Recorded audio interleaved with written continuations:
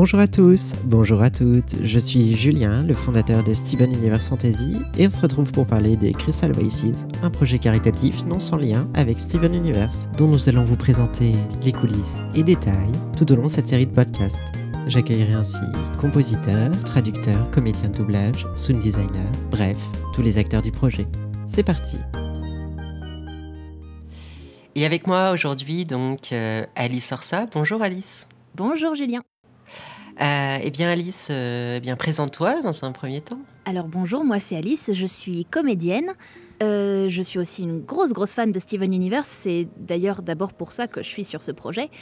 Vous m'avez peut-être déjà entendu dans des séries, dans des films, dans des dessins animés et plus si affinité. Wink. Sur la chaîne YouTube de Steven Universe Fantasy, c'est elle qui fait les voix off, en grande partie. Voilà, par exemple. Et puis si jamais il vous est arrivé de regarder Game of Thrones en VF, vous m'avez peut-être entendu dans le rôle d'Arya. Si jamais, au grand jamais, vous avez regardé Disney Channel à 1 heure de diffusion de Jessie ou Kankiki Waka, vous m'avez peut-être entendu dans le rôle d'Emma, la grande blonde. Elle est trop rigolote. Et sinon, dans Your Name, dans le rôle de Mitsuha, pourquoi pas.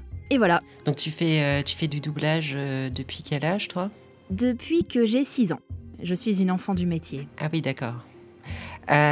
Pour ma part, je suis Julien, je suis le président de l'association Realms of Fantasy, qui en fait s'occupe de Steven Universe Fantasy et de Avatar Realms, de fansites et de communautés qui ont pour but la promotion de l'univers d'Avatar et l'univers de Steven Universe. Il sait tout faire.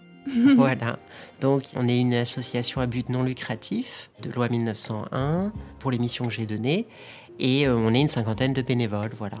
On va bientôt d'ailleurs refaire un recrutement parce qu'on a besoin de petites mains et de gens passionnés pour nous redonner un peu de boost. Donc je suis aussi le responsable de ce projet. Yeah. Et parlons-en un peu de ce projet, Alice. Alors ce projet, vous avez dû déjà être un petit peu teasé dessus si vous en êtes arrivé à écouter ce podcast. Il s'agit de redoubler avec des fans, pour les fans, l'épisode 8 de la saison 3 de Steven Universe, dont les chansons n'ont pas été doublées en français. Et ce qui est dommage, puisque cet épisode est composé intégralement de chansons, quasiment. Oui. Voilà, il y a 7 minutes de chansons sur 11 minutes d'épisode, c'est ça ? Oui, c'est ça. On peut tout à fait comprendre Cartoon Network, c'est plus coûteux en fait. C'est un gros investissement, les chansons en doublage. C'est plus coûteux de rémunérer les comédiens de doublage et chanteurs. Et qui plus est, ça demande plus de prises, donc c'est plus coûteux en temps, en studio. Voilà. Ce qui nous apparaissait quand même assez dommage, c'est que partout dans le monde, ça a été doublé, sauf en France. Voilà. Traînant particulièrement sur Tumblr, je crois savoir qu'il y a pas mal de fans dans le monde qui attendaient un peu la version française. Bon. Oui. D'ailleurs, il y a 2 grands youtubeurs qui partagent intégralement toutes les versions dans toutes les langues des chansons de Steven Universe. C'est Dingo et un autre youtubeur, et il m'expliquait que vraiment ils comprenaient pas et ils ont été très contents d'être partenaires avec nous dans ce projet et de pouvoir partager ça. Merci à eux, même si je suis pas sûre qu'ils écouteront ce podcast en français. Merci à eux. Quoique Dingo comprend le français en vérité. Il est complètement polyglotte. Oh. Donc on a voulu faire ce projet comme ça. Voilà, avec uniquement des fans que l'on a auditionnés. Voilà, enfin qui nous ont envoyé eux-mêmes leur audition. C'est ça. Donc en fait, ce qui a été important pour nous, c'est que toutes les personnes de ce projet devaient être des fans, parce que on voulait vraiment que ce soit la production des fans. Et c'est pour ça qu'on a d'abord recruté à travers la communauté, en faisant passer des communiqués. Voilà. On a eu l'occasion d'avoir à peu près 70 auditions. C'est énorme. Ouais. Bravo à tous. On était particulièrement contents de voir que vous étiez vous aussi mobilisés. Il y a eu beaucoup de passion dans vos prestations. Et une des prestations qu'on a reçues, donc, c'est celle d'Alice. Et donc, au début, Alice s'est présentée comme une fan, comme une autre. Et pour le coup, c'est son audition qui a été retenue pour le personnage de Pearl. Et progressivement, au fil des discussions, elle a intégré l'association. D'ailleurs, Alice, tu fais de la traduction dans l'asso. C'est ça. Ouais. Comme elle se couche particulièrement tard, eh bien, elle peut à 2h, 3h du matin faire de la traduction. Tout à fait, jusqu'à pas d'heure, jusqu'au lendemain matin. Enfin, jusqu'au matin, tu me diras, parce que c'est même plus le lendemain. Voilà, et c'est comme ça que vous avez les épisodes. Les gens ne dorment pas. Voilà, exactement. Objectivement, c'est ça. Hein. C'est vraiment ça. Et à la suite de ça, pour la deuxième session des auditions, on t'a mis dans le pôle de direction artistique pour la voix. Donc voilà. Voilà. Étant comédienne, je me forme aussi un petit peu professionnellement dans le but de devenir directrice artistique parce que j'en ai très envie. Et du coup, voilà, c'est un petit entraînement d'aider à la direction artistique sur ce projet. Et j'en suis très heureuse d'ailleurs. Bah, c'est que tu connais aussi particulièrement bien la série. Oui. Donc pouvoir diriger des comédiens et chanteurs sur une série qu'on affectionne autant, c'est un trésor. Ouais. Ah bah je l'ai vu dans la passion de ton enregistrement. Ouh là là, ne balance pas les dossiers, hein, s'il te plaît. Non, voyons, je ferai pas ça. Merci. Donc quand il y a eu la deuxième session des auditions, on était un petit peu partagés, je crois, Alice. Ouais, il y a eu un duel de Greg. On a eu 2 Greg particulièrement bons, ça a été très serré. Oui. Et on a même dû demander un deuxième enregistrement pour délibérer, c'était difficile. Mais ce qu'on a cherché dans une audition avant tout, c'était le jeu d'acteur, parce que c'est un épisode qui fait partie des apogées émotionnellement de la série. Oui. Il y a un gros nœud de l'intrigue sentimentale, on va dire, qui est abordé dans cet épisode. Donc on a cherché le jeu d'acteur. On a cherché évidemment aussi la justesse du chant parce que, comme on l'a dit, 7 minutes sur 11 de cet épisode, ce sont des chansons. Donc on a cherché évidemment la justesse du chant. Oui. Et on a cherché le timbre vocal évidemment pour que la voix corresponde au personnage. Et oui, car Alice ne peut pas faire Greg. Non, par exemple. C'est pas faute d'avoir essayé, hein, n'est-ce pas, Alice ? Voilà, si vous écoutez les voix témoins, vous allez entendre ma petite voix sur Greg. C'est assez comique, hein, ça vaut le coup d'être entendu, j'ai envie de dire. Oui, alors on en parlera un petit peu tout à l'heure, la voix témoin. Ouais. Donc c'est vrai que pour les auditions, on a eu une participation assez active. C'était quand même il y a un petit moment et il y a eu une assez forte mobilisation, donc ça c'est particulièrement agréable.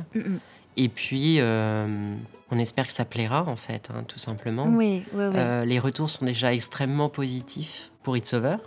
On y a mis quand même toute notre âme pendant pas bien 1 an et demi, hein, parce que derrière ce projet, il faut comprendre que beaucoup de bénévoles, hein, au moins une vingtaine, a mis la main à la pâte sur plein de choses. Hein.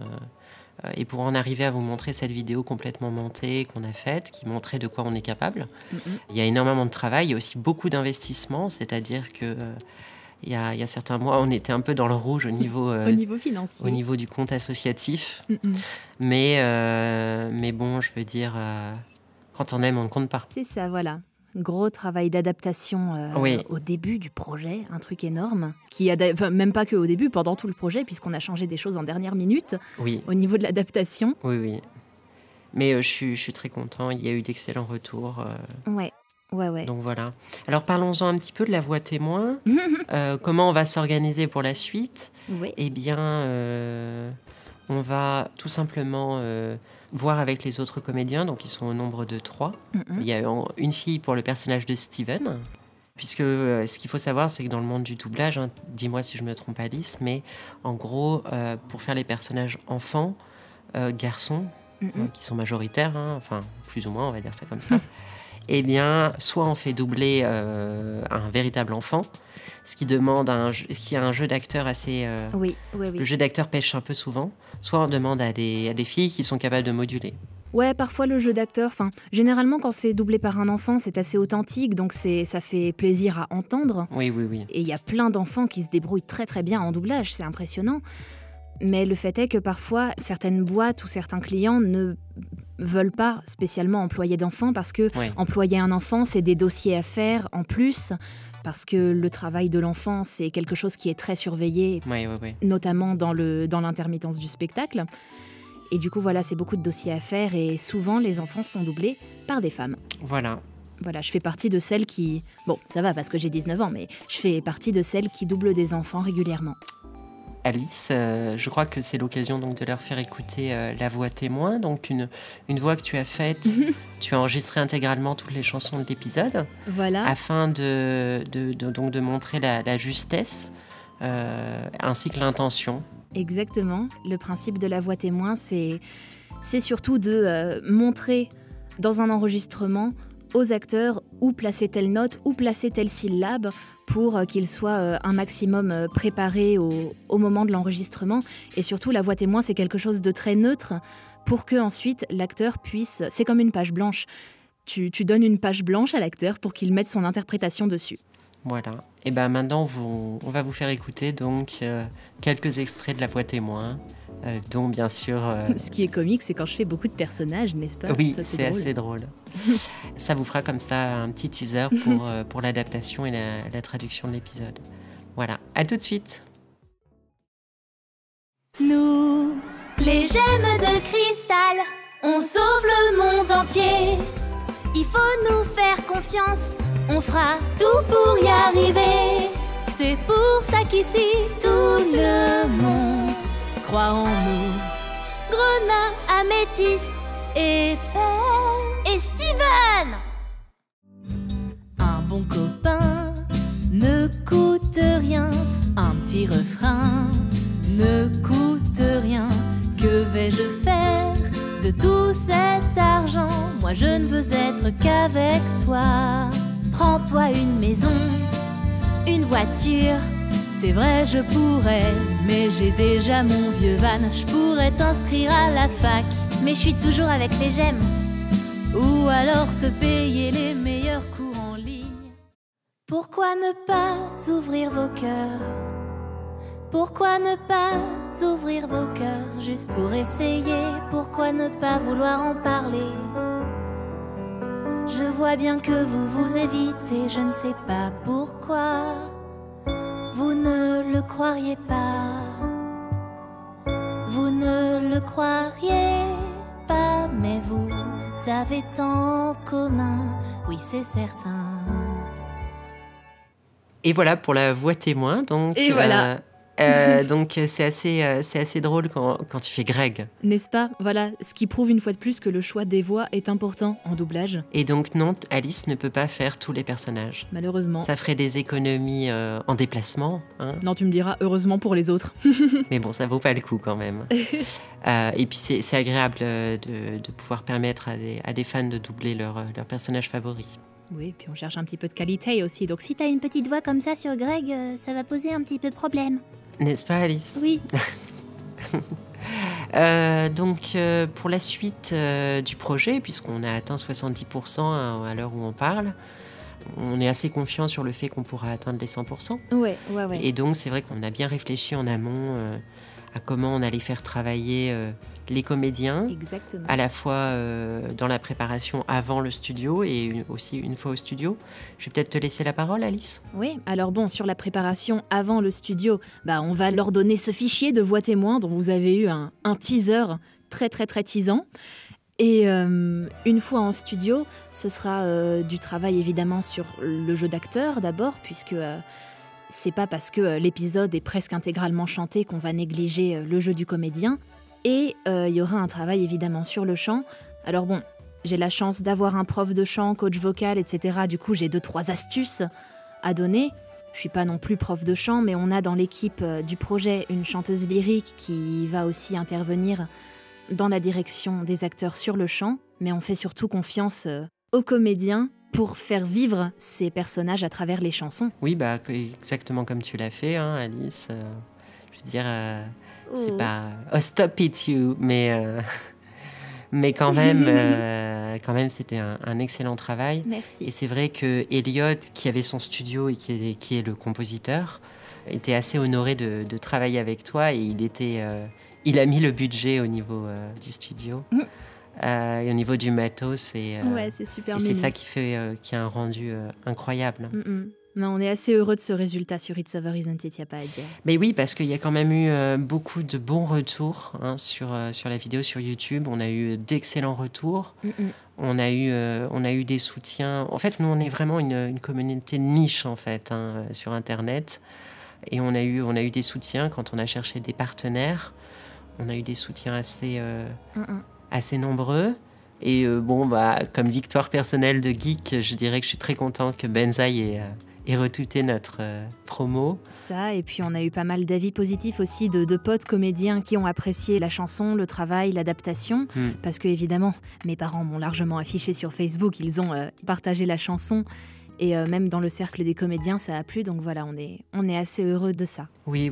Bah, d'ailleurs, dans les commentaires, les fans étaient assez demandeurs de voir ce que ça donnerait avec les comédiens officiels. Oui, on a eu des commentaires demandant « Ce serait bien quand même d'entendre avec la voix officielle de Pearl, qui est Claire Barada, et qui avait l'air assez heureuse. D'ailleurs, je sais pas si elle a entendu, mais en tout cas, elle m'a dit « Oh, c'est super que vous fassiez ça. » Donc voilà. Oui. Bah, on avait pensé demander aussi aux comédiens officiels. Nous, on est toujours prêts, en fait, à proposer des cachets d'intermittents à des gens qui cherchent du travail. D'autant plus que nous, notre objectif, c'est bien sûr de faire plaisir aux fans et de faire vivre l'univers. Donc ça remplit totalement notre mission et on fera le nécessaire si ça s'avère possible. Bon, ça change un petit peu la nature du projet, c'est pour ça qu'on a d'abord fait en priorité le projet bénévole de fans. Oui, c'est ça. Mais s'il y a l'occasion de faire un projet plus pro, bah why not?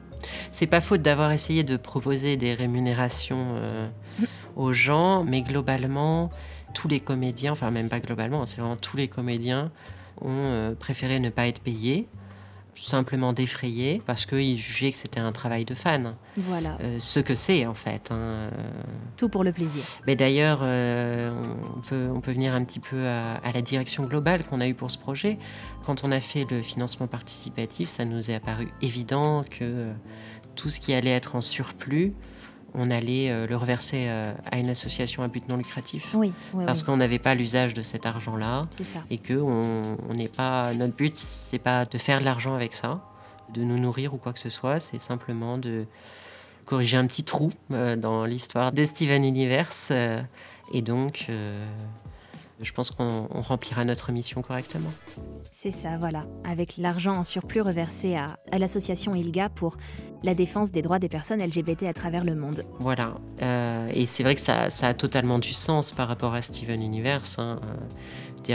Et par rapport à l'asso aussi, oui. Qui est en bonne partie LGBT. Oui, il y a beaucoup de personnes LGBT. Mais en tout cas, on est très contents de, pour le moment, l'accueil que les gens nous font au projet de tous les côtés. Et c'est vraiment super enrichissant pour nous aussi. Voilà, le mot de la fin, je vais peut-être le laisser à Alice. Merci beaucoup d'avoir écouté ce podcast. Merci beaucoup de vous impliquer, ne serait-ce que par votre intérêt dans le projet. Et on espère vous retrouver, n'est-ce pas, pour le prochain épisode du podcast ? Tout à fait, l'épisode 2 qui sera avec Elliot et avec Quentin, voilà. Qui sont le sound designer et compositeur du projet, tout simplement.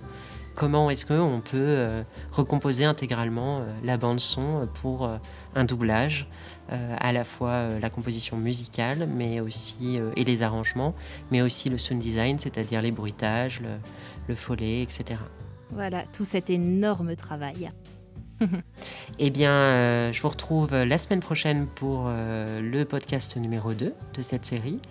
Et puis en attendant, si vous avez le moindre question, n'hésitez pas dans les commentaires. Surtout, oui, la communication c'est important et on vous répondra avec grand plaisir. Et puis on est totalement transparent sur tout, donc n'hésitez pas à nous demander tout ce que vous voulez, dans la limite du respectable. Voilà, à très bientôt. À bientôt. Au revoir. Salut.